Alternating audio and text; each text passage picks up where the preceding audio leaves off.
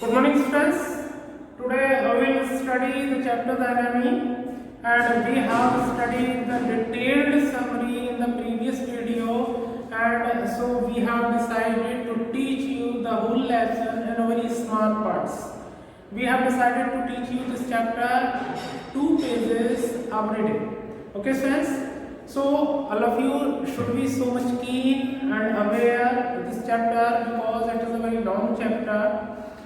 And today you will open page number 24. Now I start, and as you will see this video, you also open your book too along with this video. Dr. Sadao Oki's house was built on a spot of Japanese coast where as a little boy he had often played.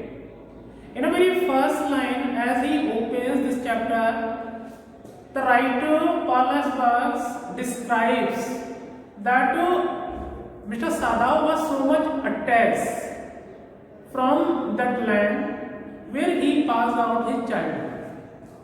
Doctor Sadao ने अपना मकान उसी जगह पर बनवाया था जहां पर डॉक्टर सादाव ने अपना बचपन काटा था। अपना बचपन जो था वो पास आउट किया था अपने पापा के साथ। और ये गरीब फादर का बेटा था जिसका पापा 24 आवर्स सिर्फ उसको आगे बढ़ाने के लिए, उसकी एजुकेशन के लिए काम करता रहता था। The low square stone house was set upon a rocks well above a narrow beach that was outlined with bent pines. इसका जो मकान था एक रॉक पर बना हुआ था, समुद्र के तट पर बना हुआ था, और वहां से सादाव दूर तक जो पाइन ट्रीज थे, pine trees you know well, यहाँ पर कोकोनट ट्रीज थे, तो उनका एक ऐसे शेड दिख रहा था, जैसे इन दिस वे, ऐसे ऐसे ऐसे ऐसे बहुत दूर ये तो एक लाइन ऐसे दिखते थे सारे के सारे। As a boy, Sadao had climbed the pines, supporting himself on his bare feet. Bare feet का मतलब होता है नंगे पैर। तो यहाँ पर वो पाउलस लाइक ये डिस्क्राइब करने की कोशिश कर रहे हैं कि सादाव जो था वो बचपन से अमीर नहीं था, सादाव बचपन में बहुत गरीब था और नंगे पैरों से वो पेड़ों पर चढ़ जाता था कोकोनट ट्रीज को फाइंड आउट करने के लिए। As he had seen men do in the South Seas when they claimed for coconuts, और वो वहां पर उन लोगों के काम को देखता था जो कोकोनट्स को फाइंड आउट करने के लिए पेड़ों पर चढ़ जाते थे। His father had taken him often to the island of those seas. उसके पापा भी कभी-कभी अपना काम दिखाने के लिए कि देखो बेटा मैं कितना मेहनत करता हूँ तुम्हें आगे बढ़ाने के लिए, इसलिए उसको साथ में ले जाते थे। And never had he failed to say to the little brave boy at his side. और उसके पापा अपने बेटे से जो उसके पास में बैठा रहता था हमेशा एक बात बोलते थे, वो कहते थे those islands yonder, they are the stepping stones to the future for Japan. वो कहते थे देखो बेटा वो छोटे छोटे जो आइलैंड्स हैं जो सामने तुमको yonder मीन्स होता है सामने, जो आपको सामने दिखाई दे रहे हैं वो जापान का भविष्य है। अब आप समझिए वो जापान का भविष्य कैसे थे। सादाव का पापा ही नहीं, पता नहीं ऐसे कितने सादाव थे और कितने उनके पापा थे जो उन आइलैंड से अपनी लाइवलीहुड चुनते थे। कोकोनट ले आए, सीवीड्स ले आए, बहुत सारी दवाइयाँ ले आए, उनको मार्केट में बेचते थे। मार्केट में बेचने के बाद उन्हें उससे पैसा मिलता था, उस पैसे को वो अपने बच्चों की एजुकेशन पे खत्म करते थे। और आप अच्छी तरीके से जानते हैं कि किसी भी देश का जो भविष्य होता है वो उसके बच्चे होते हैं। अगर उस देश के बच्चे बहुत ब्रिलियंट हैं तो वो देश बहुत ऊंचाई पर जाएगा। We know well that our education, it is our education that carries us to go ahead. हमारी एजुकेशन ही होती है जो हमको आगे ले जाती है। इसीलिए सादाव का पापा सादाव से बोलता था कि बेटा वो आइलैंड्स जो हैं वो जापान का भविष्य है। Where shall we step from them? सादाव had asked seriously. तो ये सुनकर सादाव सीरियस हो जाता था और वो बोलता था पापा मुझे ये बताओ कि ये जो सीढ़ियाँ हैं, जो जापान की सीढ़ियाँ हैं, वो हमको कहाँ ले जाती है? Who knows? His father had answered. उसका पापा कहता था बेटा किसे पता कि ये सीढ़ियां किसको कहाँ ले जाती हैं। अंडरलाइन कर लीजिएगा इस लाइन को, हु कैन लिमिट से लेकर वी मेक इट, यहाँ तक अंडरलाइन कर दीजिएगा लाइन को। Who can limit our future, दुनिया में ऐसा कोई भी बंदा नहीं है जो हमारे भविष्य को रोक सके। ये हम लोग होते हैं हु मेक और मार आवर फ्यूचर। मार मीन्स होता है MAR का मतलब नष्ट करना। हम ही लोग होते हैं कि हम अपने भविष्य को कैसा बनाएं। हम ही लोग होते हैं या तो हम अपने भविष्य को खत्म कर दें या हम अपने भविष्य को बना लें। तो वही कहते थे it depends on what we make it. ये हमारे ऊपर निर्भर करता है कि हमने अपना भविष्य कैसा बनाना है। अगर हम मेहनत करेंगे किसी भी फील्ड में, अगर एक स्टूडेंट अपनी स्टडी में मेहनत करेगा तो वो टॉप पर जाएगा, एक फार्मर मेहनत करेगा तो उसे फसल अच्छी होगी, एक बिजनेसमैन मेहनत करेगा तो उसका बिजनेस आगे जाएगा, और एक टीचर अगर अच्छे से मेहनत करेगा तो उसका बच्चा 100% अच्छे मार्क्स को ऑब्टेन करेगा। बिल्कुल वही होती है, ये हमारे ऊपर डिपेंड करता है कि हम अपने भविष्य को कैसा बनाएं। Now I proceed to page number 25 page number पर आते हैं हम। We have decided that we will teach you every day 2 pages, okay, in a very short period. Sadao had taken this into his mind as he did everything his father said. सादाव ने ये सारी चीजें अपने दिमाग में बिठा ली जो उसका पापा कहता था, क्योंकि वो जानता था he was so much dedicated to his father, क्योंकि वो जानता था कि मेरा पापा मेरे लिए कभी गलती नहीं हो सकता, मेरे लिए हमेशा अच्छा सोचता है। His father who never joked or played with him, सादाव का पापा उसके साथ न कभी जोक करता था और ना ही कभी उसके साथ खेला था, क्योंकि उसको एक ही धुन सवार रहती थी to make his son's career bright, कि वो अपने बेटे के कैरियर को बहुत ही ब्राइट बनाएगा। Who spent infinite pains upon him who was his only son, और सादाव के पापा ने अपने बेटे के कैरियर के लिए असीमित तकलीफों को झेला था जो उनका अकेला बेटा था। सादाव knew that his education was his father's chief concern। अब देखिए सादाव नहीं, आपके जो मम्मी पापा होते हैं वो भी चाहते हैं कि हमारा बच्चा हमारी बच्ची बहुत अच्छे से पढ़ाई करे। तो सादाव भी इस बात को अच्छी तरीके से जानता है कि यह जानता था कि मेरे पापा की जो मेन कंसर्न है, जो मेन चिंता है वो मेरी एजुकेशन है। For this reason he had been sent at 22 to America. तो जब उसकी उम्र 20 साल की हुई, याद रखिएगा एमसी क्वेश्चन इसमें पूछा जा सकता है कि कितनी साल का था सादाव जब अमेरिका गया था और कितनी साल का था जब वापस आया था। तो जब सादाव अमेरिका गया था तो 20 साल का था। Sent at 22 to America, 22 years old था, 22 साल का था जब वो अमेरिका गया था। To learn all that could we learned of surgery and medicine. और वो किस चीज को सीखने गया था? एक अच्छा डॉक्टर बनने के लिए गया था। सर्जरी वाला आप जानते हैं जो ऑपरेशन करते हैं, और मेडिसिन का मतलब होता है जो नई नई दवाइयों को खोजते हैं। He had come back at 30। अब देखिए वो 22 जब उसकी एज थी तो वो अमेरिका गया, 30 साल में वापस आया। इसका मतलब ये हुआ कि he stayed in America for 8 years। America में वो 8 साल था। ये छोटे छोटे पॉइंट्स को अपने माइंड में रखिए, एमसीक्यू ऐसे ही आएंगे आपके बोर्ड में। He had come back at 30 and before his father died he had seen Sadao become famous not only as a surgeon but as a scientist। अब सादाव के पापा जिंदा थे और उनकी आंखों के सामने ही सादाव एक बहुत बड़ा जापान का डॉक्टर बना, और सिर्फ डॉक्टर ही नहीं बना, वो एक साइंटिस्ट भी बना। साइंटिस्ट क्यों बना? क्योंकि वो नई नई दवाइयों की खोज करता था और एक बहुत ही स्पेशल मेडिसिन पर खोज कर रहा था जो घावों को, जो बाउंड्स को बहुत जल्दी क्या कर सकती थी, क्लियर कर सकती थी, बहुत जल्दी सुखा सकती थी, भर सकती थी। अब उसको वैज्ञानिक क्यों कहते हैं? Because he was perfecting a discovery which would render bounds entirely clean. इसको मैंने आपको पहले ही बता दिया, साइंटिस्ट इसलिए कहते थे क्योंकि वो एक ऐसी दवाई पर सर्च कर रहा था जो घावों को बहुत जल्दी ठीक कर देती है। He had not been sent abroad with the troops.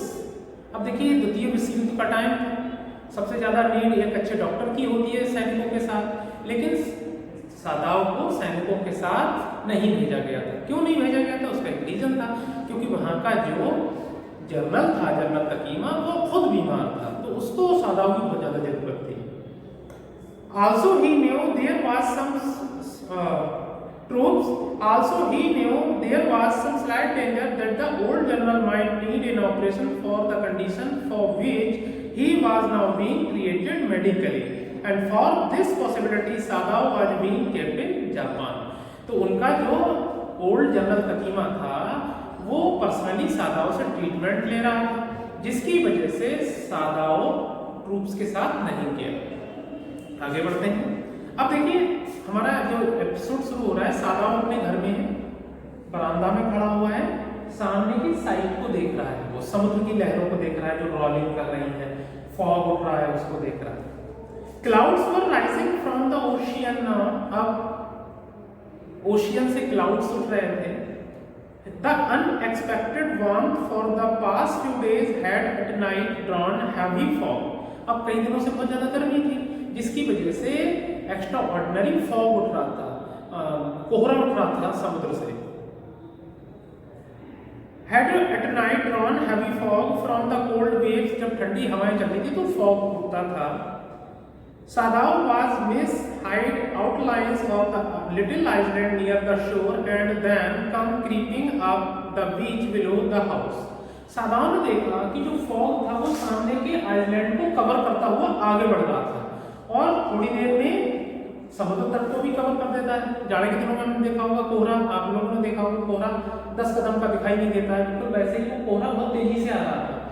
और फिर क्या हुआ कि उसने कहा अब थोड़ी देर में ये मेरा पूरा घर जो है वो भी फॉग कवर अप कर लेगा, फॉग ढांक लेगा।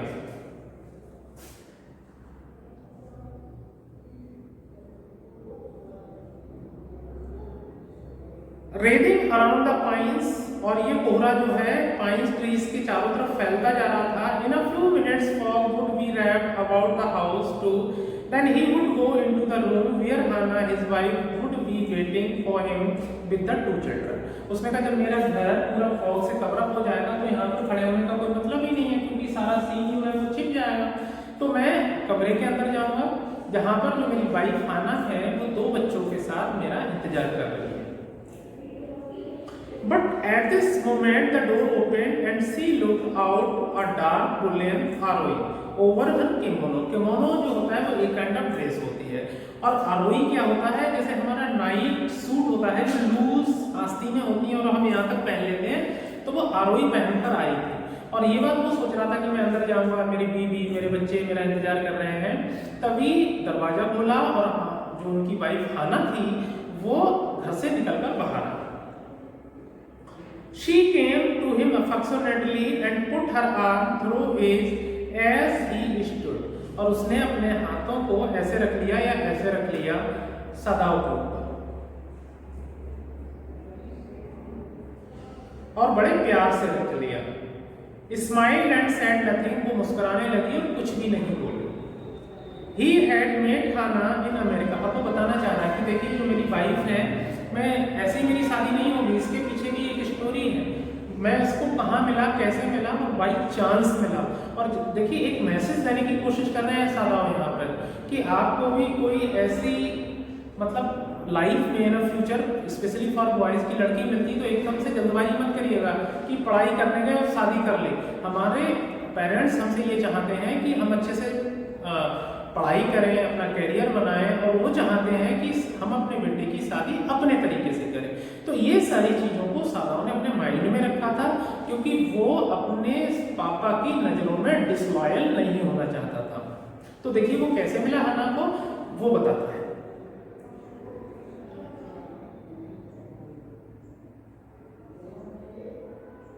He had met Hannah in America, but he had waited to fall in love with her.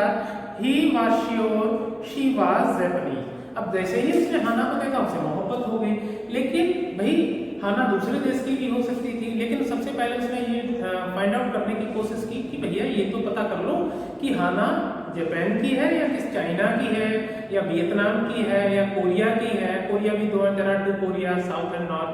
तो रेस और कंट्री शिप देखनी थी उसके लिए। तो उसने जब सेटिस्फाइड हो गया कि भैया ये जापान की है, तो वो आगे बढ़ा थोड़ा सा। His father would never have received her unless she had been pure in her race। और वो जानता था कि मेरे पापा उसी लड़की से शादी करेंगे जो जापान की होगी।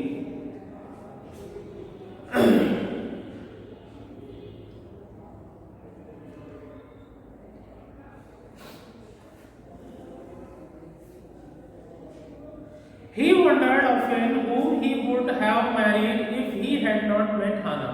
देखिए उसकी जो पारिवारिक जिंदगी थी वो बहुत अच्छी चल रही थी हाना के साथ। हाना उसे बहुत मोहब्बत करती थी, बहुत ख्याल रखती थी। तो आज वो ये सोचता था कि काश काश अगर मुझे हाना नहीं मिली होती तो मैं किससे शादी करता, क्योंकि उसकी जो फैमिली लाइफ थी वो बहुत सेटिस्फैक्टरी और फुल ऑफ लव थी। एंड वाई द लक, और देखिए बड़ा अजीब बात थी, वो हाना से मिला कैसे था। He had found her in the most casual way। अचानक मिला था वो हाना से। By chance literally at an American professor's house। और एक अमेरिका के प्रोफेसर के घर में पहली बार उसको हाना मिली थी। The professor and his wife had been kind people and anxious to do something for their few foreign students। जो प्रोफेसर था, उसका जो टीचर था, वो फॉरेन स्टूडेंट्स के लिए बड़े दयालु थे, बड़ा देखभाल करते थे उनका, इसीलिए बहुत सारे स्टूडेंट्स उनको लाइक करते थे। लेकिन सादाव उनको लाइक नहीं करता था। क्यों? क्योंकि वो बहुत ज्यादा दया दिखाते थे। दूसरा, उनकी बीवी बातूनी ज्यादा थी। तीसरा, उनके कमरे छोटे थे। याद रखिएगा, ये छोटे छोटे मैं सारे जो इन बिटवीन पॉइंट्स हैं क्लियर कराता चल रहा हूँ, इसीलिए ये शॉर्ट वीडियो बना रहे हैं 2 पेज का। इन्हीं में से आपको एमसीक्यू क्वेश्चंस मिल जाएंगे बोर्ड में। And the students how board, और क्यों? उनकी जो दयालुता थी, उनकी जो काइंडनेस थी, उससे स्टूडेंट्स बोर हो जाते थे। Had accepted this kindness, Sadao had often told Hana, Sadao ने अक्सर हाना को बताया कि how nearly he had not gone to professor Harley's house that night. अब देखिए वो हाना को बोलता था, पता है तुमको, मैं तो उस रात जाने ही वाला नहीं था उस प्रोफेसर के घर पे। और आप अंडरलाइन कर लीजिएगा, ये जो प्रोफेसर था जिसके घर पे हाना मिली थी, उसका नाम हर्लेस था। अंडरलाइन है, हर्ले, हर्ले। अगेन आई से यू, हर्ले हर्ले हर्ले। हार से याद रखना, जीत और हार से। द रूम्स, देखिए वो कहता है the rooms were so small, कमरे बहुत छोटे थे। द फूड सो बैड, खाना उसकी बीवी बड़ा बेकार बनाती थी। The professor wife so valuable, उसकी जो बीवी थी बहुत बातूनी थी, इसलिए वो उनके घर पे जाना नहीं चाहता था। But he had gone and there he found Hana, लेकिन पता नहीं क्यों वो क्या हुआ उस दिन, वो वहां गया और वहां पर उसे हाना मिली। आ न्यू स्टूडेंट, एक नई स्टूडेंट थी। And had failed he would love her if it were at all possible. Tick लगा लीजिएगा यहाँ पर। और कहते हैं ना, love is always at first sight, मोहब्बत पहली नजर में ही हो जाती है। तो जैसे ही उसने हाना को देखा तो उसने एकदम से डिसाइड कर लिया कि अगर सर्कमस्टांसेस उसके फेवर में रही, वो अच्छे से पढ़ गया, एक अच्छा कैरियर बन गया, उसके पापा एग्रीड हो गए। देखिए पापा भी एग्रीड होना जरूरी था पापा का, तो मैं इस लड़की से जरूर शादी करूंगा। और उस पैसा ही उसने किया। Thank you, thank you.